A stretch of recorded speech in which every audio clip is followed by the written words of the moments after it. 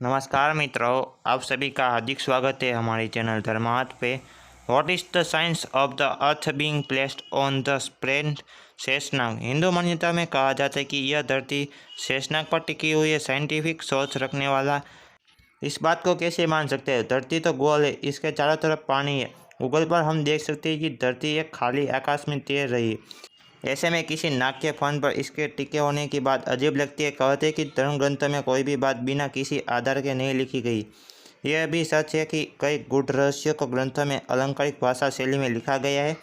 इनकी deep study करने से सच्चाई तक पहुंचा जा सकता है। शेषनाग दरअसल यूनिवर्स की वो शक्ति है जो सभी ग्रह नक्षत्रों का आधार है।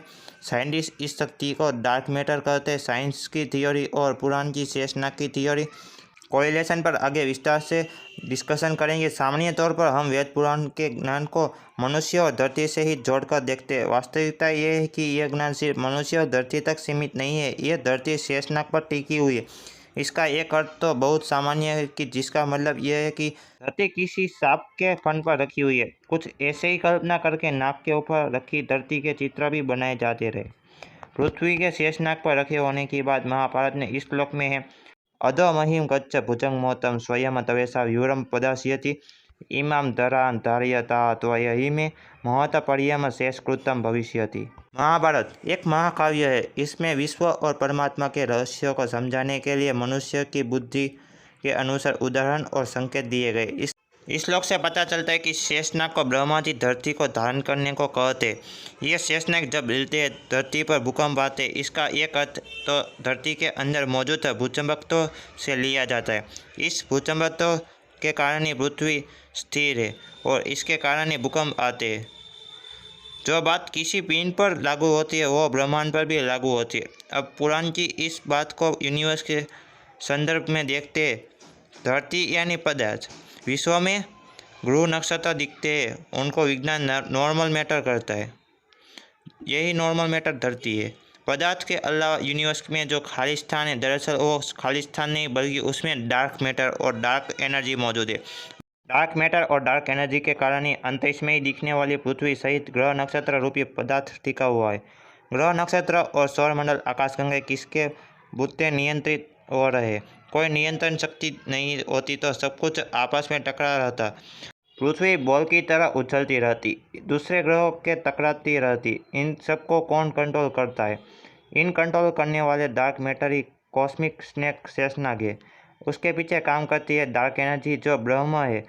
डार्क एनर्जी आखिर क्या है, इसके बारे में विज्ञान को कुछ नहीं पता। विज्ञान को इतना पता है कि यह एक तरह की रहस्यमय शक्ति है जिस पर यह अंतरिक्ष टिका हुआ है।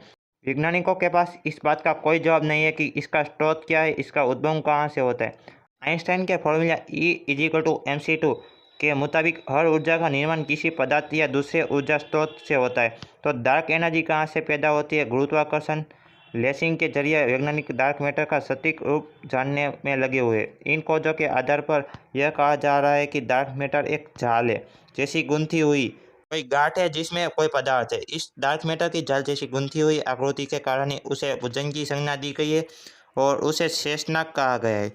शेषनाग को अनंत भी कहा जाता है। आइंस्टाइन ने कहा है कि अंतरिक्ष खाली तो बिल्कुल नहीं है, अंतरिक्ष की अपनी एक शक्ति पावर है जो डार्क एनर्जी है। नॉर्मल मैटर यानी दृश्यमान ब्रह्मांड, जिसे विजुअल यूनिवर्स कहते हैं। नॉर्मल मैटर में पृथ्वी, अर्थ, सूर्य, सन, अन्य तारे, स्टार और आकाशगंगा गैलेक्सी शामिल है जो प्रोटॉन, न्यूट्रॉन और इलेक्ट्रॉन से मिलकर बनी है। 20वीं शताब्दी यानी 20वीं सेंचुरी की शायद सबसे आश्चर्यजनक खोजों में से एक यह थी कि यह दृश्यमान ब्रह्मांड नॉर्मल मैटर यूनिवर्स के 5% से भी कम है और बाकी सब अनदेखा है। 10 सितंबर 2020 में हबल डेटा ने बताया कि normal matter, dark matter, dark energy के अलावा भी एक तीसरा इंग्रेडिएंट है जो अभी भी मिसिंग है। सितंबर 10, 2020 Hubble data suggest there is an ingredient missing from current dark matter theories। Normal matter यानी दृश्यमान पदार्थ के अतिरिक्त शेष ब्रह्मांड यानी कि शेषनाग एक रहस्यमय अदृश्य पदार्थ से बना है जिसे डार्क मैटर कहा जाता है। इसके पीछे भी एक ऊर्जा है जिसे डार्क एनर्जी पुकारा जाता है। खास बात यह है कि वैज्ञानिकों अभी तक डार्क मैटर को देख नहीं सके क्योंकि यह पकड़ में नहीं आता।